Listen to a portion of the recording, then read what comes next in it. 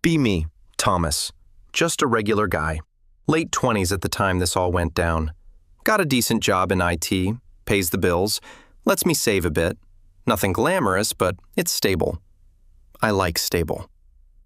Met Rita about 5 years back. Been married for 3. When we first met, she was amazing, energetic, funny, seemed to have her life figured out. She was into art and design, had this incredible eye for things. We clicked pretty fast. It felt easy, you know?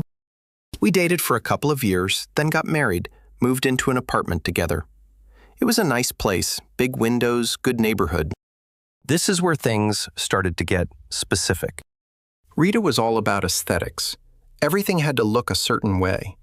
Our apartment slowly became less of a home and more of a showroom for her tastes. The style was what you'd call Scandinavian minimalist. Everything was white or light gray or some shade of beige. The furniture was all clean lines, sharp angles, and looked like it would break if you sat on it too hard. My old comfortable leather armchair didn't fit the vibe. We had a discussion, and it was replaced by this wooden thing that felt like a church pew. My collection of sci-fi books, they were cluttering up the space. She bought me an e-reader and told me to digitize my life. I tried to argue, but she'd say things like, "Honey, we need our home to be a sanctuary, a place of peace. Clutter creates chaotic energy." It was hard to argue with that without sounding like a slob. So, one by one, my things either went into storage or were donated. The apartment looked like a photo from a catalog. It was clean. It was stylish. But it wasn't really me. Most of the big-ticket items were mine, bought before we were married or with money I'd saved up. The 65-inch TV in the living room, my pride and joy. I worked a ton of overtime for that. My gaming console, the high-end coffee machine. These were tolerated because they were modern and sleek, but even then she was always trying to hide the wires, put the controllers in a woven basket, make them blend in. It was a slow, creeping process of erasure. I didn't even notice how much ground I'd given up until it was too late. I told myself it was compromise. That's what you do in a marriage, right? I loved her, so I went along with it. But there was one thing I wouldn't budge on. My box. It wasn't anything special, just a plain brown cardboard box, about the size you'd use for moving books. It sat in the bottom of my side of the closet, out of sight, not bothering anyone. Inside was everything that couldn't be digitized or replaced, my actual physical past. There was a photo, the only one I have, of me and my dad on a fishing trip. I was maybe 10. He passed away when I was in high school. In the picture, he's got this huge, goofy grin, holding up a tiny fish I caught. I remember that day so clearly, the smell of the lake, the way the sun felt on my face. That photo was my most prized possession. In the box was also my first-place medal from a middle school track meet. It sounds silly, but it was the first time I ever really felt like I was good at something. The weight of it in my hand felt like $1,000,000.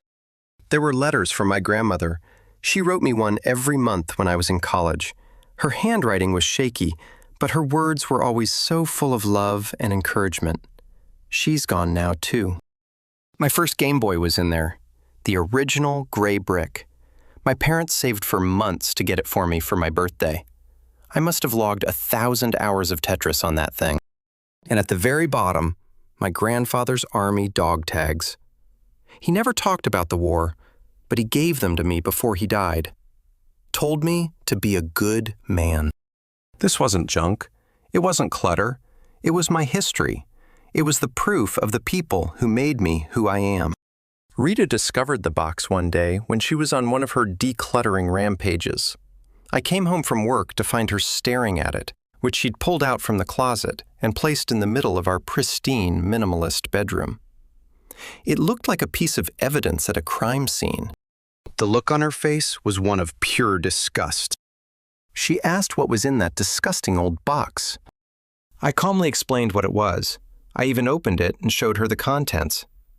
I told her the stories behind each item. I thought, foolishly, that if she understood the meaning, she would get it. She didn't. She picked up my dad's photo with 2 fingers like it was contaminated. You can just scan this, get it digitized. It'll look much better in a digital frame. She held up the Game Boy. This is just e-waste, Thomas. It's literally toxic. I felt a cold anger start to build, but I kept my voice even. I told her that the physical objects mattered to me, that holding them was different. I told her the box was not up for negotiation. She let out this huge, dramatic sigh and said, "Fine, but can you at least keep it hidden? It's giving off such a heavy, stagnant energy." So I put my history back in the box, sealed it up, and put it back in its dark corner in the closet. That was the first battle over the box. It wouldn't be the last. Over the next year, it became a recurring theme. Anytime she was stressed or in a bad mood, the box became the target. She'd say things like, "I just can't feel truly at peace in this house, knowing that box of junk is in there." It escalated. She started framing it as a psychological problem. She read some pop psychology blog and came to me with a new theory. "You have an unhealthy attachment to the past, Thomas. It's holding you back. It's holding us back. You're clinging to these objects because you're afraid of the future." I told her that was ridiculous. I was happy with our future. I just didn't want to erase my past to get there. It was like talking to a brick wall. Her reality was whatever the latest influencer or blog post told her it was. One evening, she brought it up again. "I was talking to my mom today," she began. That was always a bad sign. Her mom was the queen of bad advice, a woman who had been through 3 divorces and acted like a relationship expert. She agrees with me. She said that when a man gets married, he's supposed to let go of his old life. His wife and his new family are his life now. It's a sign of respect. I was floored. Respect? You think it's respectful to ask me to throw away a picture of my dead father? She flinched. She didn't like it when I was so blunt. It messed with her calm, curated world. "You're being hysterical. Nobody's asking you to throw him away, just the dusty old paper he's on. We can make new memories, better ones." The argument got heated. It was one of our worst fights. I ended it by saying loud and clear, "The box stays. It is not leaving this house unless I do. End of discussion." She broke into tears, accusing me of being emotionally manipulative and prioritizing dead people over your living wife. I walked out and went for a long drive. When I came back, she was calm. She apologized for getting upset. Things went back to normal, or what passed for normal. The box wasn't mentioned for a few months. I thought I had finally won. I thought she finally understood my boundary. I was a fool. A few months ago, I had to go on a business trip. Just a short one, 2 nights out of state for a conference. It was a pretty big deal for my company, so I was focused on my presentation and a bit stressed. The morning I left, everything was fine. We had coffee together, she kissed me goodbye at the door, told me to do great. It was all completely normal. The trip went well. I nailed my presentation. My boss was happy. I even found some time to buy Rita a small gift, a nice scarf from a local boutique I knew she'd like. I was genuinely looking forward to getting home. I missed my own bed, my own shower. I got back on a Thursday evening, walked in the door, exhausted but happy. The apartment was spotless, even more so than usual. It looked like no one even lived there. Rita came and gave me a hug. She seemed cheerful. She told me she'd been productive while I was gone. I did a massive deep clean, got rid of so much negative energy. I didn't think anything of it at the time. I was too tired. We ordered takeout, watched a movie on the giant TV I bought, and went to bed. The next day was Friday. I worked from home, catching up on emails. In the afternoon, I decided to unpack my suitcase properly. I took my bag into the bedroom, opened up my side of the closet to hang my shirts, and I saw it. The empty space on the floor. It was a perfect, clean, empty corner. My heart just stopped. For a second, my brain couldn't process it. I thought maybe I'd moved it, but I hadn't. I never moved it. I felt a cold dread wash over me. I knelt and ran my hand over the carpet, as if the box would just reappear. Nothing. I stood up and walked out into the living room. Rita was on the couch, scrolling through her phone, a picture of perfect tranquility. My voice was shaking a little when I spoke. "Rita, where's my box?" She didn't even look up. She just kept scrolling with her thumb. "Oh, that old thing," she said, her voice light and airy. "I finally got rid of it. The garbage truck came this morning. It's gone for good." She finally glanced up at me, a bright, self-satisfied smile on her face. "I did it for us. You'll thank me later. Our home finally feels complete." I just stood there in the middle of our perfect minimalist living room, and I couldn't feel a thing. It was like a switch had been flipped inside my head. There was no anger, no shouting, just a sudden, terrifying clarity. I was looking at a complete stranger. She had taken a part of my soul, burned it, and was now smiling at me, expecting a thank you. She saw the look on my face change. Her smile faltered. "What? Don't look at me like that. It was just junk. You're not actually mad, are you?" I didn't answer. I just turned around, walked back into the bedroom, and closed the door. I sat on the edge of the bed for a long time, maybe an hour. I could hear her outside, starting to get nervous, pacing a little. Her show on the TV was a little too loud. She knocked on the door after a while. "Thomas, are you okay? You're starting to scare me. It's just a box." That was it. That was the phrase that sealed it. It's just a box. She would never understand. And I realized in that moment that I was done trying to make her. I wasn't just done with the conversation. I was done with everything. The whole compromise, the constant walking on eggshells, the slow chipping away of my identity to fit her aesthetic. I took a deep breath. The numbness was being replaced by a cold, hard resolve. She had made her choice. Now I was going to make mine. I stood up, pulled my largest suitcase from the top of the closet, and placed it on the bed. Then I picked up my phone. I had one call to make before I started. I called my best friend. Let's call him Mark. We've known each other since we were kids. He was the best man at my wedding. He picked up on the second ring. "Hey man, what's up?" I didn't waste any time. My voice was flat, no emotion. "Can I crash at your place for a bit? And are you busy tonight? I might need your truck." There was a pause on the other end. Mark knows me. He knows I don't ask for things unless it's serious. "Yeah, of course. The spare room's all yours. What's going on? Is everything okay?" "Not really. I'll explain when I see you. Can you head over in, say, in an hour or two?" "I'm on my way now," he said. "See you in 20. He hung up. That's a true friend. No 20 questions, just action. I put the phone down and opened the suitcase on the bed. Then I started packing. I was methodical, a machine. Shirts, pants, socks, underwear. Everything folded neatly. I wasn't angry. I wasn't sad. I was just empty, operating on autopilot. Rita opened the bedroom door a few minutes later. She saw the open suitcase on the bed, half full of my clothes. Her expression shifted from confusion to a kind of annoyed disbelief. "What are you doing? Are you serious right now? You're packing a bag over a box of garbage." I didn't look at her. I just kept folding a pair of jeans. "I told you," she said, her voice starting to rise. "I did it for us, to move us forward. Why are you being so toxic and dramatic about this?" There it was. The buzzword. Toxic. Anytime I had an emotion she didn't approve of, it was toxic masculinity. Having sentimental feelings about my dead relatives. Toxic. Wanting to keep a piece of my own history. Toxic. I zipped up the suitcase and put it by the door.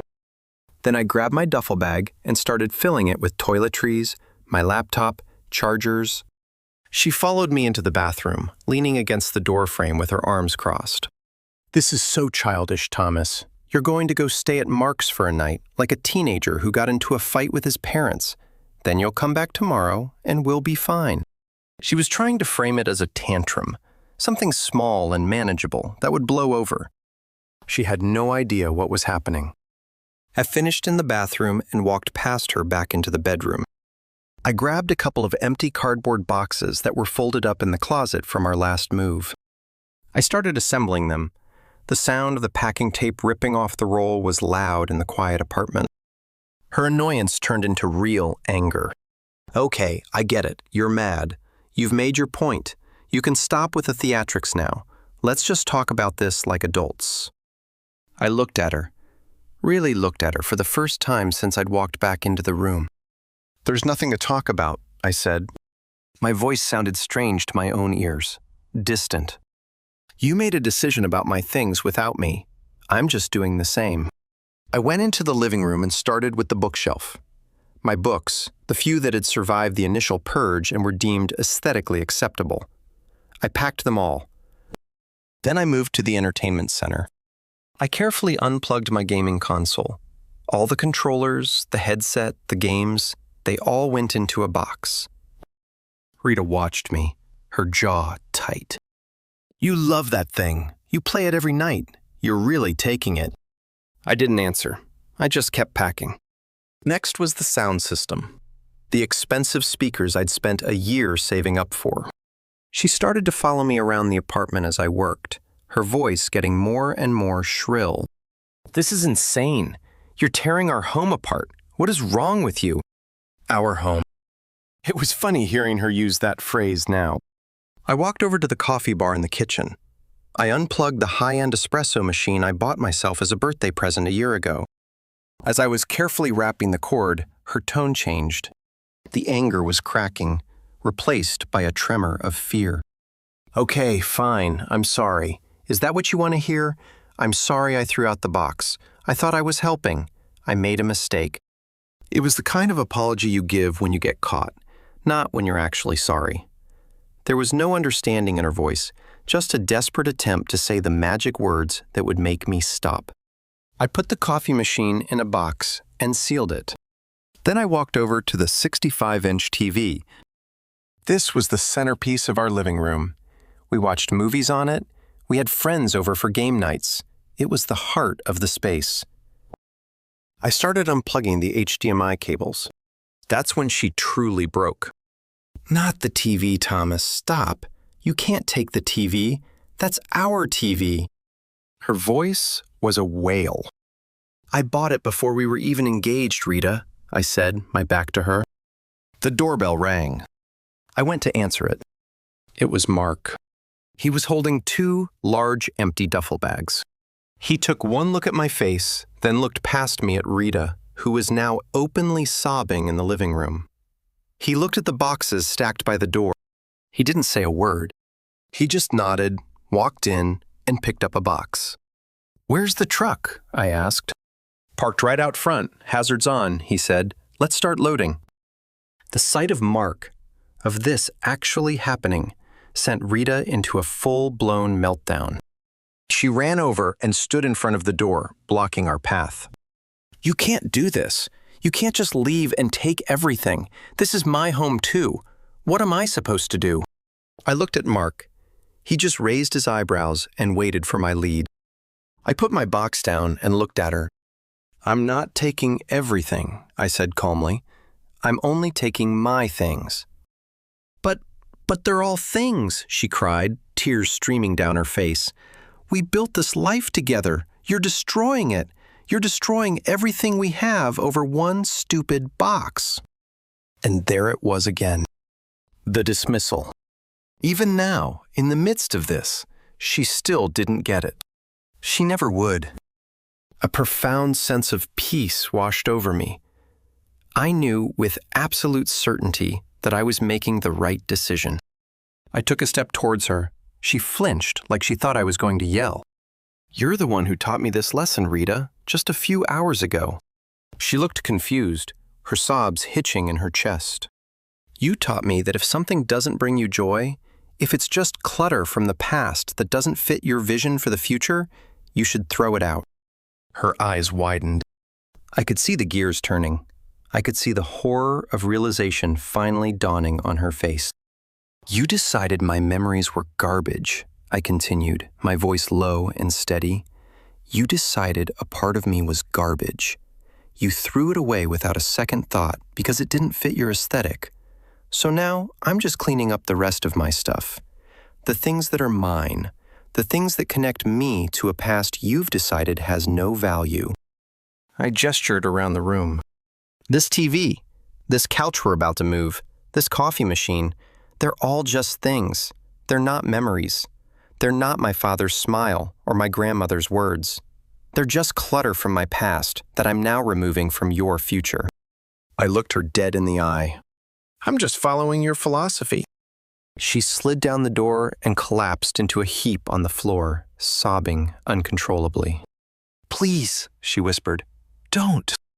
It was the most pathetic sound I'd ever heard. But I felt nothing. The part of me that would have cared had been in that box, and she had thrown it in a dumpster. Mark and I spent the next hour clearing out the rest. The couch was the last thing to go. It was big and awkward, and we scraped the wall getting it out.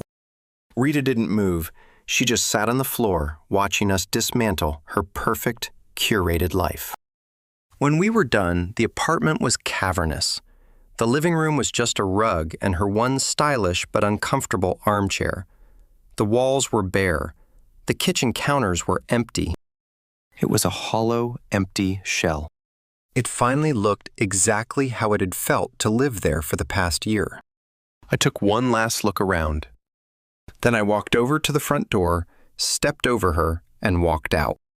I didn't look back. We drove to Mark's place in silence. We unloaded everything into his garage. He set me up in the spare room, threw a clean towel on the bed, and just said, "Get some rest. We'll talk tomorrow." I laid down on the bed and stared at the ceiling. I thought I would feel devastated. And a part of me was. I had lost something irreplaceable. Those letters, that photo, they were gone forever. A piece of my history was erased. But the overwhelming feeling was relief. It was the feeling of taking off a pair of shoes that are 2 sizes too small. The feeling of breathing fresh air after being in a stuffy room for years. I was free. My phone buzzed a few hours later. It was a long string of texts from Rita. Apologies, accusations, threats, begging. She called me a monster for leaving her like that. She said I had abandoned our marriage. She said I had a cruel, cold heart. She said she loved me and couldn't live without me. I read the first few messages. Then I stopped. I blocked her number. I turned my phone off and went to sleep. It's been a few months now. I'm still at Mark X, saving up for a new place of my own. The divorce papers are being drawn up.